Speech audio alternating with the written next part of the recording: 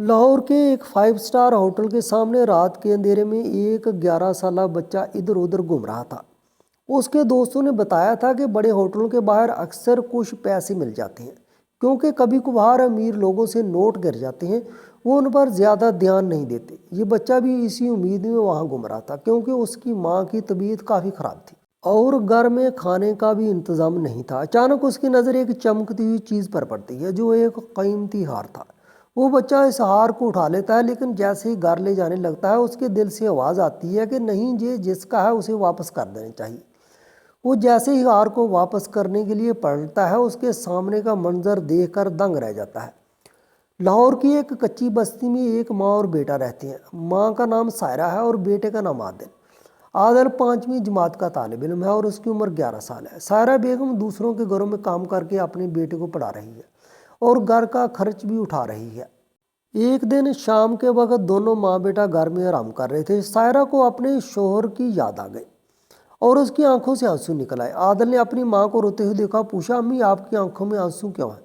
ماں نے کہا، بیٹا کچھ نہیں، بس تمہارے ابو کی یاد آ گئی تھی۔ یہ سنتے ہی عادل بھی پچھلی یادوں میں کھو گیا جب وہ ان کے والد زندہ تھے اور دن رات محنت مزدوری کر کے ہر خواہش پوری کرتے تھے۔ تقریباً 2 سال پہلے عادل کے والد بیماری کے باعث دنیا سے چل بسے اور پھر سارا بوجھ سائرہ کے کندھوں پر آ گیا۔ اس نے ہمت نہیں ہاری اور دوسرے گھروں میں کام کر کے بیٹی کی پڑھائی جاری رکھی۔ ماحول کچھ دیر کے لیے غمگین ہو گیا، مگر سائرہ نے بیٹے کو گلے لگا کر کہا، بیٹا فکر نہ کر، میں ہوں نا، میں تیرے لیے ماں بھی ہوں اور باپ بھی، تجھے کوئی بھی مشکل نقصان نہیں پہنچا سکتی۔ یہ کہہ کر اس نے بیٹے کو دلاسا دی اور باتوں کا رخ پڑھائی کی طرف موڑ دیا۔ ماں بیٹا اپنی زندگی گزار رہے تھے، مگر اچانک سائرہ کی طبیعت مزید بگڑنے لگی۔ جب وہ بیمار ہوئی تو وہ کام پر بھی نہ جا پائی۔ 2-3 دن ایسے ہی گزر گئے۔ تھوڑے بہت پیسے جو گھر میں تھے وہ دوا کے لیے استعمال کیے گئے، لیکن جب دونوں دوا کی دکان پر گئے تو ایک اہم دوا بہت مہنگی نکلی۔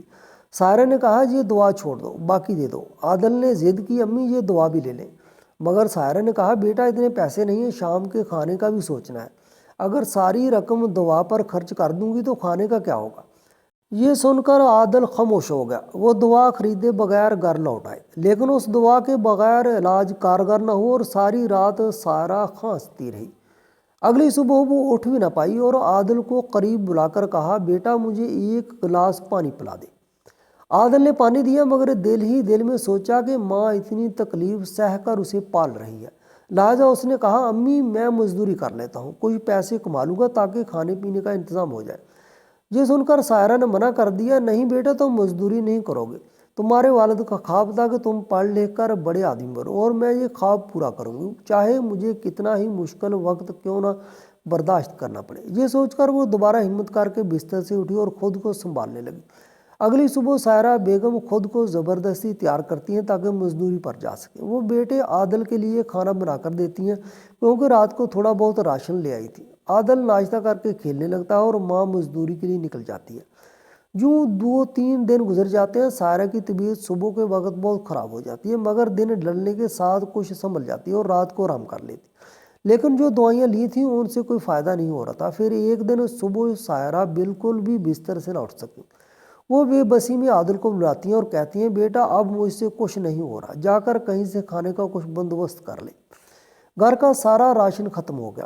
پچھلے 2 دن سے سائرہ جن گھروں میں کام کرتی تھی وہاں سے باسی کھانا لے آتی تھی، اسی سے عادل کو کھلاتی تھی، مگر آج وہ بھی نہ جا سکی اور خاموشی سے بستر پر لیٹ گئی۔ عادل کو سخت بھوک لگی تھی، لیکن ماں کی حالت دیکھ کر اپنی بھوک دبا لیتا۔ وہ پوچھتا، امی کیا آپ کو بھوک لگی ہے؟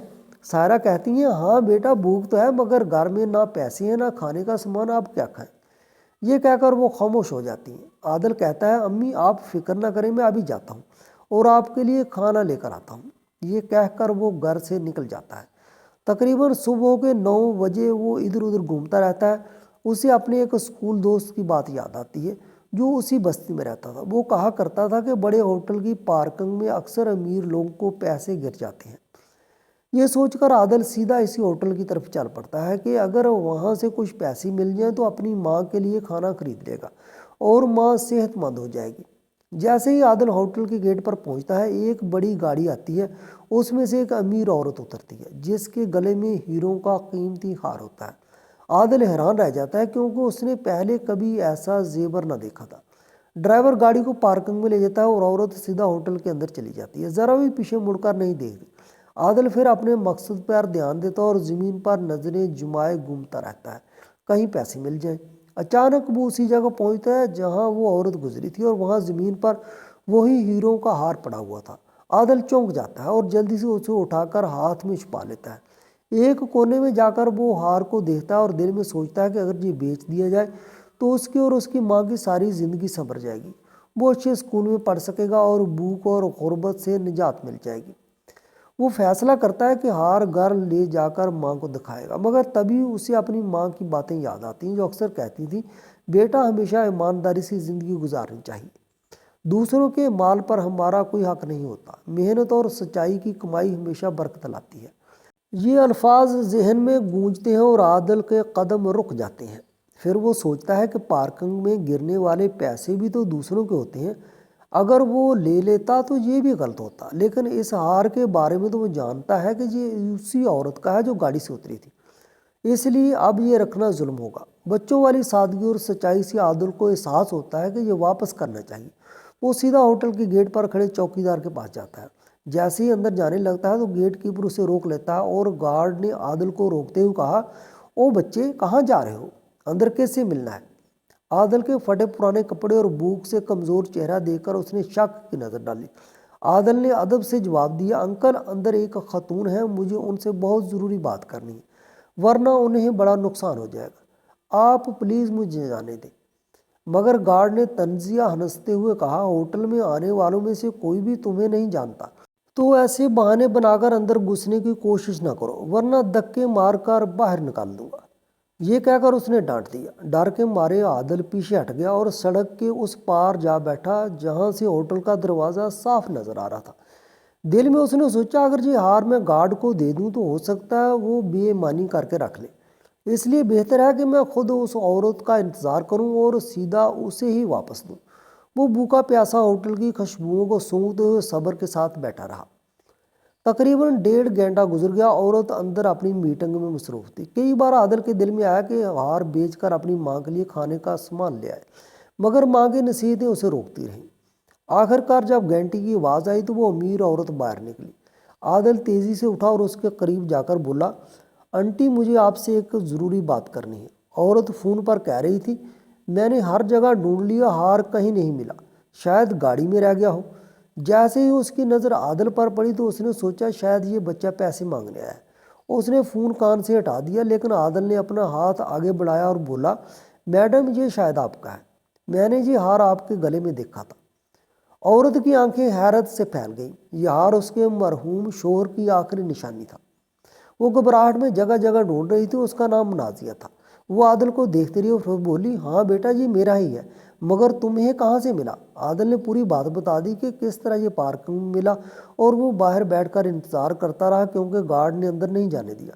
نازیہ کی آنکھیں نم ہو گئیں، اس نے بیگ سے نوٹوں کی گڈی نکالی اور عادل کی طرف بڑھائی، لیکن عادل نے فوراً ہاتھ پیچھے کر لیا اور بولا، آنٹی، میں یہ پیسے نہیں لے سکتا، میری ماں نے کہا ہے کہ دوسروں کے سامان پر حق نہیں جمانا چاہیے، یہ چیز آپ کی تھی اس لیے میں نے واپس کر دی، اب میں جا رہا ہوں۔